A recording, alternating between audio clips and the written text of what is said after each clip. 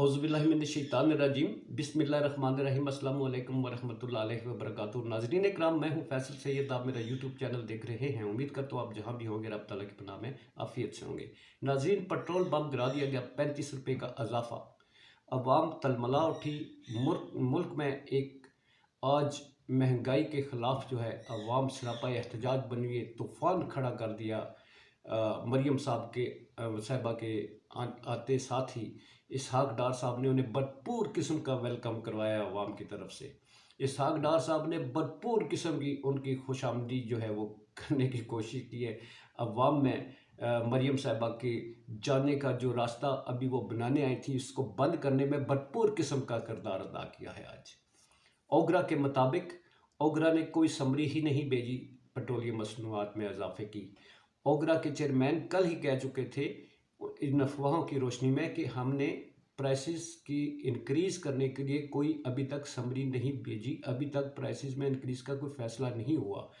आज कहा जाता है कि इसहाक डार साहब ने अपने ही जो उनके लोग हैं उनके साथ मशावरत के बाद कीमतों को बढ़ाने का ऐलान किया है।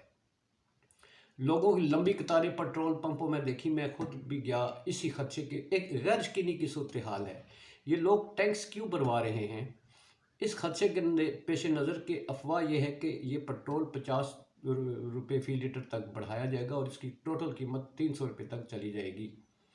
डॉलर बढ़ता जा रहा है, गैर यकीनी की सूरत हाल है। इसलिए इसी गैर यकीनी को मद्देनज़र रखते हुए कि कल पेट्रोल शॉर्ट होने की भी अफवाहें हैं कि पेट्रोल अब नहीं मिलेगा, तो मैंने भी जाके अपने टंकी जो है गाड़ी की वो भरवा ली। एमरजेंसी में कहीं भी अचानक जाना पड़ता है, आपको घर में बीमारी आ जाती है, कहीं मौत फौत हो जाती है, कहीं जाना पड़ता है, तो आपके पास ट्रांसपोर्ट नहीं है तो आप कैसे पहुंच सकते हैं? मोटरसाइकिल वाले बेचारे वो ख्वार हो रहे, गरीब लोग जो हैं वो भी अपनी पेट्रोल भरवा रहे। जनाब किसी ने 1000 रुपये की गुंजाइश है और वो भी टंकियां फुल नहीं करवा रहे थे, उनके पास पैसे ही नहीं है। 1000 1500 अब तो 2 सवा 2000 की तो टंकी मोटरसाइकिल की फिल होती है, तो कहाँ जाएंगे ये रेट आटे के? अभी तो ट्रांसपोर्टेशन के जब इजाफा होगा और इसमें ये रोटी जो अभी इसकी 20 और 25 की मिल रही है, वो अब वो 35 और 40 में मिलेगी। एक गरीब बंदा जो है, एक मजदूर जो है, दिहाड़ीदार जो है, एक सूखी रोटी खाने के काबिल भी नहीं रहा। मरियम साहबा के आते ही इसहाक डार साहब ने वो काम कर दिखाया जो अपोजिशन नहीं कर सकती। अपोजिशन से अवाम जो है वो तंग नहीं है। अपोजिशन अवाम को जो है उसके मुंह से नवाला नहीं छीन रही। आप जमहूरियत के अलमबरदार जो हैं, जो महंगाई ख़त्म करने आए थे, जो अवाम को महंगाई के चुंगल से निजात दिलाने आए थे, आपने अवाम का जीना दोबर कर दिया। और याद रखिए, ये अवाम आप लोगों का जीना दोबर कर देगी अगर हालात इसी राह पर गामजन रहे। तो बात कर रहा था कि मरियम साहबा के आते ही एक उनके लिए एक पहाड़ खड़ा कर दिया गया। उनके अवाम में जाने से पहले ही उनके हाथ में जो कुछ थोड़ा बहुत था कि अवाम के सामने जाके कुछ बयान करती, वो भी छीन लिया। आपके MNAs MPAs, आपकी मुकामी क़यादत जो है वो लोगों में जाने के काबिल ही नहीं रही। लोगों में वो जाकर क्या कहेंगे कि हमारी हुकूमत जो है उसने आपके लिए क्या दूध की नहरें बहाई हैं, जो आप हमारे साथ चलें, हमें वोट दें, हमारी कायदाई हैं उनके जलसों में चलें, उनके जलसों को कामयाब बनाएं। दूसरी तरफ आप पूरी मशीनरी इस्तेमाल करके वो लोग इकट्ठे नहीं कर सक रहे जो इमरान खान एक कॉल पर लोगों को बुला लेता है। 2 घंटे के नोटिस पर लोग अपने खर्चे पे पैदल चल पड़ते हैं उसके जलसों में पहुंचने के लिए। इस गैप को ख़त्म करने के लिए अवाम में जो और आपके दरमियान गैप आ चुका है, मरियम साहबा आपको दिन रात मेहनत करनी पड़ेगी और ये मेहनत कुछ दिखाना पड़ेगा कि मेरी जो हुकूमत है इसमें मैं आपके लिए क्या कर सकती हूँ। मैंने ये किया। करने की बात यह है कि इमरान खान ने इक़्तिदार को ठोकर मारी, आप भी आकर कहें कि मैं अवाम का दर्द रखती हूँ, मैं अवाम की खातिर मैं भी इक़्तिदार को ठोकर मारती हूँ। असम्बलियों को तहलील करने का ऐलान करके साथ ही इलेक्शनों का ऐलान कर दें। अवाम में मैं कहता हूँ आपकी इस वक्त खोई हुई हैसियत जो है वो वापस आ सकती है।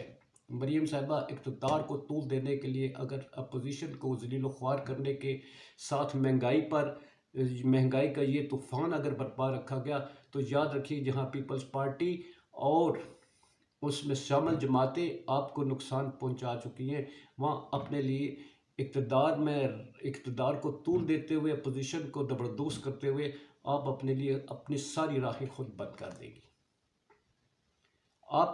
आपके हाथ में इस वक्त पावर है, इस पावर को इस्तेमाल करें और इक़्तिदार को खैर बात कह दें। इलेक्शनों में कहें मैं अवाम की खातिर आती हूँ, मैं इस इक़्तिदार को ठोकर मारती हूँ, मैं आपकी खातिर आपके दरमियान आ रही हूँ वोट मांगने के लिए। देखिए आपको रिस्पांस कैसे मिलता है, क्योंकि आपका मुकाबला इमरान खान से है।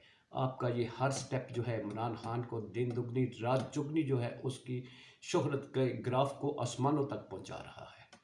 उसको उसके मुकाबल आना तो बहुत दूर की बात है, उसके आधे में भी आने के लिए आपको बहुत कुछ करना पड़ेगा, डिलीवर करना पड़ेगा। इमरान खान साहब निज़मान पार्क में आज रिएक्शन के तौर पर जो कुछ फवाद चौधरी साहब के साथ हो रहा है उसके लिए उन्होंने इजलास बुलाया। बड़ा अहम इजलास है, रिएक्शन आएगा भरपूर किस्म का। सड़कों पर लोग इस वक्त जले बैठे हुए हैं। दूसरा, इमरान खान साहब की पार्टी को जिस तरह से ज़बरदस्त करने की कोशिश की जा रही है, ऊपर से महंगाई का तूफान खड़ा किया जा रहा है।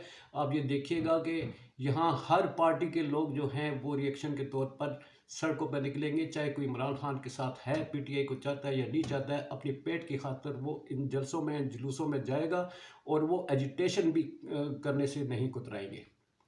इस माहौल को इससे बचने के लिए अपोजिशन को साथ रखें। और दूसरा, मैं सबसे बड़ी इस वक्त किसी को अच्छा लगे या ना लगे, मैं एक बात करूंगा कि एस्टेब्लिशमेंट पर सारी पार्टियां तनकीद करना छोड़ दें।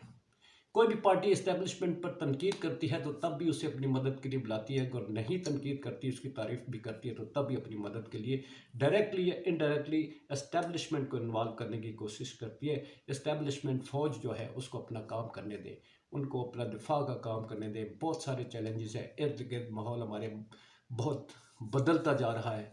फ़ौज को अलग कर दें, सियासत में अपना उन्वान तय कर ले कि सियासत में हमने मुकाबला करना है। एस्टेब्लिशमेंट को अलग करके अपना काम करें, अपना काम करें, सियासत में अपना काम करें, एस्टेब्लिशमेंट को मत इसमें लाएं। इसी के साथ इजाज़त चाहूँगा। अपना बहुत सारा ख्याल रखिए। पाकिस्तान जिंदाबाद, पाक अफवाज पाइंदाबाद।